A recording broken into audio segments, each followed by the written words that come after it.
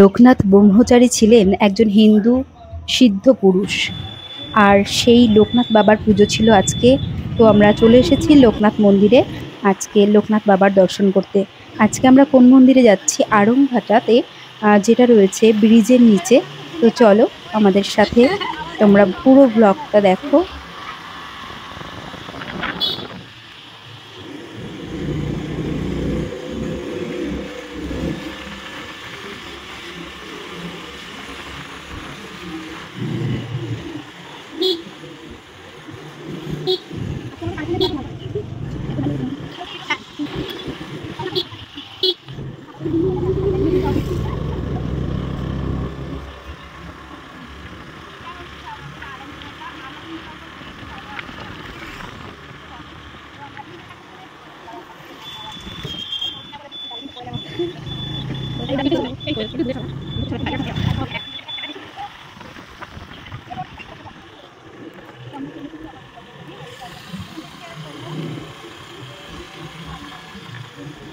সুন্দর করে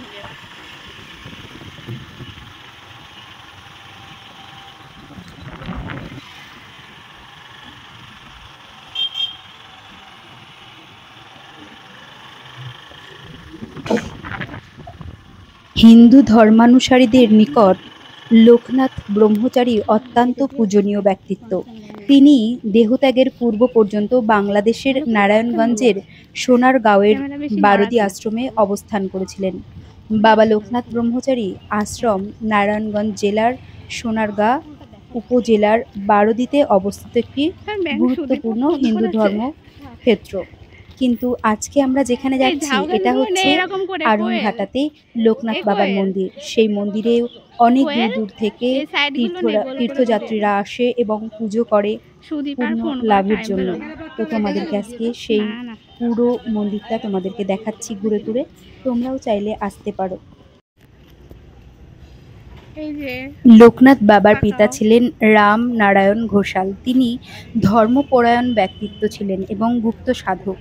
তার বাসনা ছিল একজন সন্তানকে ব্রহ্মচারী করবেন, কিন্তু মাতৃমায়ায় আচ্ছন্ন মা তার পুত্রদের ব্রহ্মচারী হতে সম্মতি দিতে চাইছিলেন না। শেষে চতুর্থ সন্তান লোকনাথের জন্ম হলে মাতা কমলা দেবী নিজ হাতেই ব্রহ্মচারী হওয়ার সম্মতি দেন।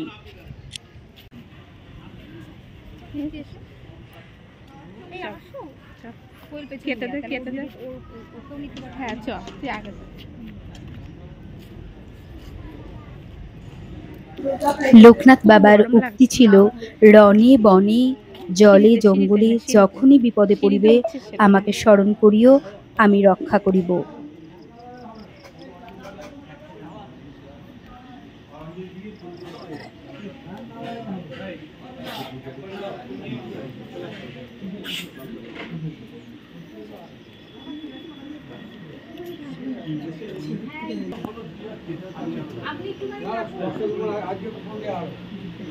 বাবা লোকনাথ ব্রহ্মচারীর পুজোর প্রসাদে মিছরি ছিল মূল উপকরণ।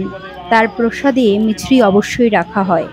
জানা যায় পোলাও কিংবা পনির নয়, ভাত ডাল চচ্চড়ি বা খিচুড়ি, ল্যাবড়া চাটনি বা সব রকম সবজি সেদ্ধ দিয়েই তৈরি ভাত বা বাল্যভোগ তার প্রিয় খাবার।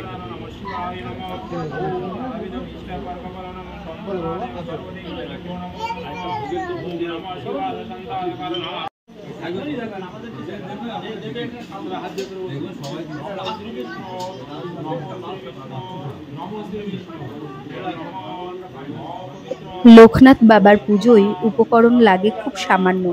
লোকনাথের পুজোয় প্রধান ফুল থাকে নীল শাপলা বা নীল শালুক এবং যে কোনো সাদা ফুল।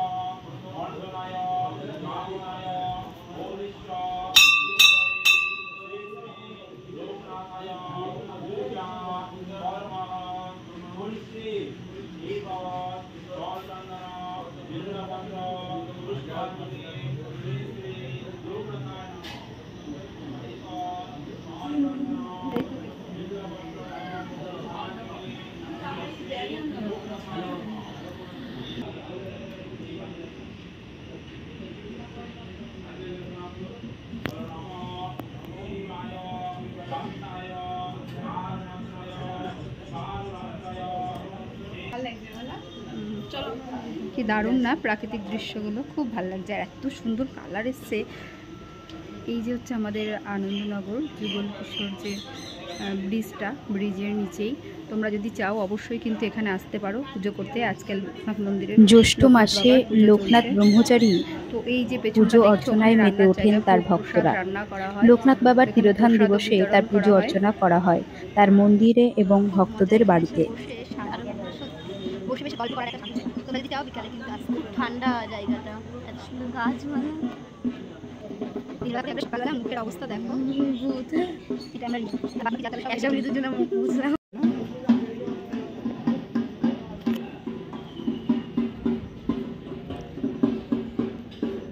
এই দেখো কৃষ্ণচূড়া গাছটা কি দারুণ লাগছে। গাছটা না নিয়েছি, দারুণ লাগছে গাছটা। নদীর ধারটা না গিয়েছিল মনে হয়। এই যে মন্দিরে আমরা এসেছিলাম, এই মন্দিরটা হচ্ছে আড়ংঘাটা ব্রিজের নিচে। তোমরা চাইলে কিন্তু অবশ্যই আসতে পারো। আড়ংঘাটা স্টেশন থেকে টোটোতে 10 টাকা নেবে, আর হাঁটা পথে আসলে হয়তো 7 থেকে বা 10 মিনিট সময় লাগবে। তো আমরা মন্দিরের চারপাশটা খুব সুন্দর করে দেখাচ্ছি তোমাদেরকে। এই মন্দিরের পেছনে রয়েছে চূর্ণী নদী। চূর্ণী নদীর চারিপাশটা দেখো কি সুন্দর, সবাই স্নান করছে। এর মধ্যেই চলে এসেছে একজন ভক্ত, যিনি হচ্ছে পুজো করছেন তার মনোকামনা পূর্ণ করার জন্য। তো সেটাও তোমাদের সামনে তুলে ধরলাম। তোমরা চাইলে কিন্তু অবশ্যই এখানে আসতে পারো। তারপরেই দেখো পরিবেশটা এত সুন্দর, চূর্ণী নদীটা কি অপরূপ দৃশ্য, যে মন্দিরের পাশেই চূর্ণী নদী বয়ে চলে, এই যেন একটা ঐতিহ্য বহন করে।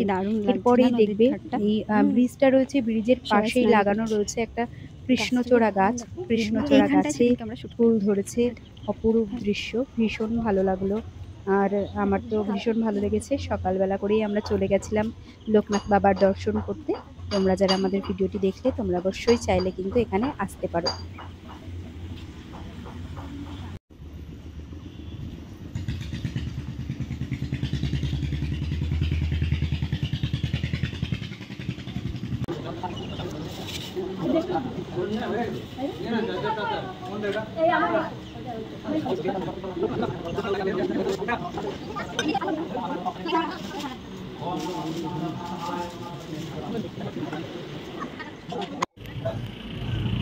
আমাদের লোকনাথ বাবার দর্শন হয়ে গেছে। এরপরে আমরা বাড়ি চলে এসেছি। যে 3 জন মিলে গেছিলাম সেই 3 জনে আবার গুটি গুটি পায়ে রওনা দিলাম, সেখান থেকে চলে এসেছি। দেখো কৃষ্ণচূড়া গাছটা কি অপরূপ লাগছে, খুব অপরূপ দৃশ্য এখানে, মনোরম পরিবেশ। তোমরা চাইলে কিছুক্ষণ সময় এখানে বসে কাটাতে পারো। এই হচ্ছে তোরা নড়বি না, কিন্তু আমরা এখন চলে যাই, আমরা এখন চলে যাচ্ছি।